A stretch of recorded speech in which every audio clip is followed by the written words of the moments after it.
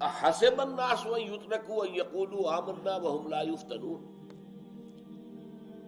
کیا لوگوں نے یہ سمجھا تھا کہ یہ صرف یہ کہنے پر چھوٹ جائیں گے کہ ہم ایمان لے آئے اور انہیں آزمایا نہ جائے گا، انہیں کسوٹی پر رگڑا نہ جائے گا؟ اب اس کا پس منظر آپ میں بیان کر چکا ہوں کہ سن 5 ہجری میں، جو کہ اس سورہ مبارکہ کا زمانہ نزول ہے، اور اسی سورت کے آخری حصے میں ہجرت کی طرف اشارہ ہے، جس کے نتیجے میں کہ ہجرت حبشہ واقع ہوئی، اس وقت جو ہے جو فزیکل پرسیکیوشن تھی، شدید ترین تشدد جو کیا جا رہا تھا، وہ اپنے کلائمیکس کو پہنچ چکا، اور اس کا اصل نشانہ بن رہے تھے 2 طبقات، غلام کنیزے، ان کا کوئی حق ہے ہی نہیں، وہاں تو مالک جو ہے انہیں حلال کر دے، ذبح کر دے، جو چاہے کرے، اسے اختیار حاصل ہے، کوئی ہیومن رائٹس اس کے نہیں تھے، کوئی پوچھنے والا نہیں تھا کہ تم نے اپنے غلام کو قتل کیوں کر دیا؟ بھائی جیسے میری بکری ہے، میں نے جب چاہا ذبح کیا، گوشت کھا لیا، میرا غلام ہے، میں جب چاہوں اسے ختم کر دوں۔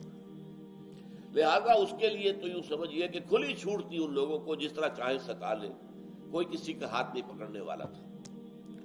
اور ایک تھے نوجوان طبقہ۔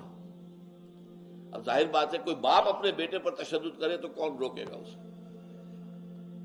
اور وہاں باپ بھی صرف باپ ہی باپ نہیں ہوتا تھا، چچا بھی باپ ہوتا تھا۔ قبائلی زندگی میں چچا، تایا، یہ سب باپ کے درجے میں ہے۔ لہذا چچا اگر کچھ کہہ رہا ہے تو بھی کوئی نہیں کہے گا کہ آپ کس کو کہہ رہے ہیں، میرا بھتیجا ہے، تم کون ہوتے ہو بیچ میں آنے والے؟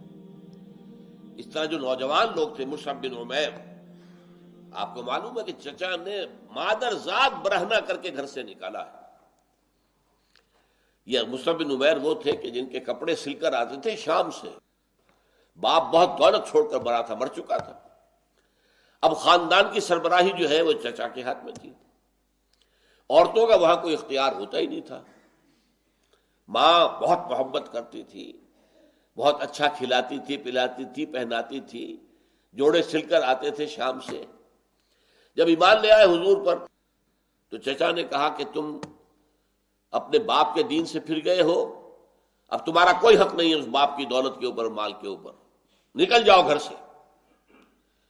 وہ اٹھ کر چلنے لگے کہ اچھا، جیسے حضرت ابراہیم نے کہا تھا سلام علیک ساستغفر لک ربی انہ کان بی حفیہ۔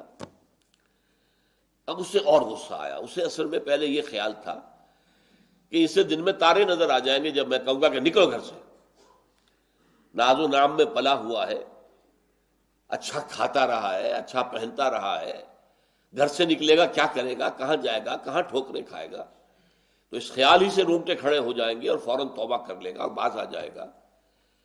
ایک دم کہا یہ کپڑے بھی جو تم نے پہنے وہ تمہارے اسی باپ کے جو مشرک تھا، لہٰذا ان کو بھی اتار دو۔ انہوں نے فوراً کپڑے اتارے، مادر ذات برہنہ ہو کر ماں کے پاس آئے ہیں۔ انہوں نے آنکھیں بند کی ماں نے، کیا ہوا ہے مصعب، کیا ہوا ہے؟ کہ امی میں موحد ہو گیا ہوں، میں نے توحید کو اختیار کر لیا ہے۔ اب یہ چیزیں جو ہیں یہ چونکہ مشرک باپ کی جائیداد میں سے ہیں، تو چچا نے کہا ہے کہ چھوڑو، میں چھوڑ کر جا رہا ہوں، گھر سے نکل رہا ہوں۔ تو یہ شدائد جو یہ مصائب تھے۔ ایک خاص واقعہ جو کہ ان آیات کو سمجھنے میں پس منظر کا کام دیتا ہے، بہت اہم۔ حضرت خباب بن الارت رضی اللہ تعالی عنہ اگرچہ غلام نہیں تھے، لیکن کسی قرشی گھرانے کے فرد بھی نہیں تھے، ہو سکتا ہے کسی کے حلیف ہوں۔ وہ لوہار کا پیشہ کرتے تھے، لوہار کا کام کرتے تھے۔ وہ جب ایمان لے آئے تو پہلا کام تو یہ کیا کہ لوگوں نے انہیں کام دینا چھوڑ دیا کہ فاقے مرے گا تو ہوش ٹھکانے آ جائے گا۔ ان کے ہوش تو ٹھکانے نہیں آئے، وہ قائم رہے اپنے دین پر۔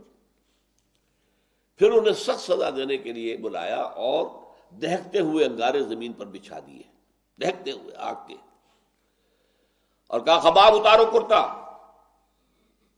کرتا اتار دیا، لیٹ جاؤ ان انگاروں کے اوپر، لیٹ گئے۔ اب پیٹھ کی کھال جلی، پیٹھ پہ کچھ چربی ہوتی ہے وہ پگھلی، اس سے وہ انگارے ٹھنڈے ہوئے۔